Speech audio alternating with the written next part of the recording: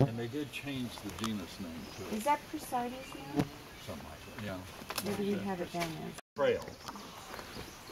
And we are right at this. So, does it take like several seasons for that? Long, thin, curl things, and it sort of reminds me of a Chinese dragon. But this is called youth on age. This plant propagates by seeds, but it also propagates by generating a whole new generation of plant right in the leaf axil. Yeah.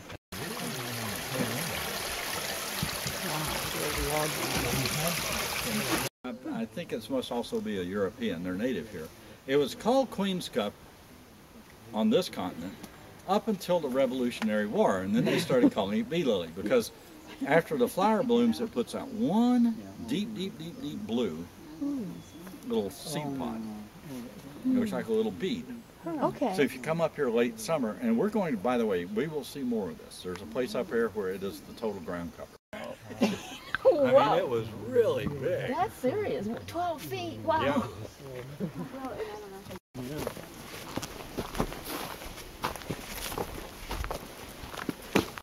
When the Forest Service first got this, there was nothing up here. It was on the way down. You'll see the parking lot down here. During the Depression, they built the gravel road up here, and this place was someplace you could go down here in your park and walk a couple of blocks and stand on top of the highest place around and see 360 degrees. How many places are there like that you know of? Anywhere. So, in 1958, though, the Air Force decided they had to have a radar site up here. So they're the ones that built the road. In 1959, over where that tower is, they built a tall tower with a radar antenna on it, and that first building there. Or, that's a new building, but that's where it was. They didn't even get it turned on. And in January of 1960, a storm blew the antenna off the mountain. This is a nasty place. They also put an air station on Hebo, which is the second highest place in the Coast Range.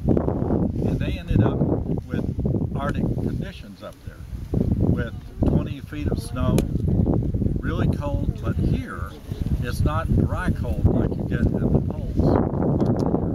Here they have this ocean breeze across, so there's this huge buildup of ice. And that's what happened here. And if you look at this fence that's here now, those fence posts aren't your ordinary chain link posts, because if you had ordinary posts up here and that whole fence froze up and then you got your 100-mile-an-hour winds, the posts would just been like spaghetti. They turned it over to the Forest Service. The Forest Service had a chance to tear the buildings down and everything and restore it to the pristine place. But in 1960, the forest managers weren't thinking about sanctuaries, they were thinking about tree harvest.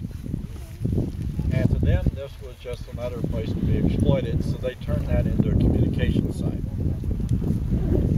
Well, like I said, in 1989, they declared this to be a special botanical special interest area. So the Sislaw Forest Plan says, protect the plants at the top of Mary's Peak. The Scenic Botanic Special Interest Area Plan says, protect the plants at the top of Mary's Peak. The communication site plan for this communication site says, don't disturb the vegetation. The Alsea Ranger District proposed, when this was part of the Alsea Ranger District, they proposed taking these buildings off the top up here, combining everything into one site, maybe not